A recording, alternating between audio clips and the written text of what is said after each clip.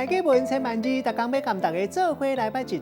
今仔日要甲大家小解这一字，读做急，过一急第四条。急代表无耐性，嘛有人讲浅性，凡事想要赶紧，无法度等。咱讲着急要做啥物代志，或者是着急。另外足赶的，咱讲危急、紧急、急症。啊，若火车、快车的车帮，人讲急行车。好上风，古早人讲是急惊风，带大家做伙来小解两个词。头一个读做急性，代表做代志要赶紧，无耐性，会当讲是急性。颠倒变的词就是有耐性。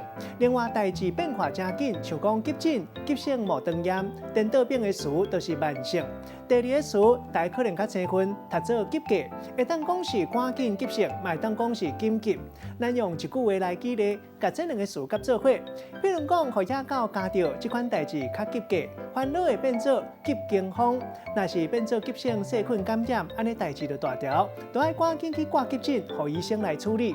今日小解这一字急，提供予大家参考。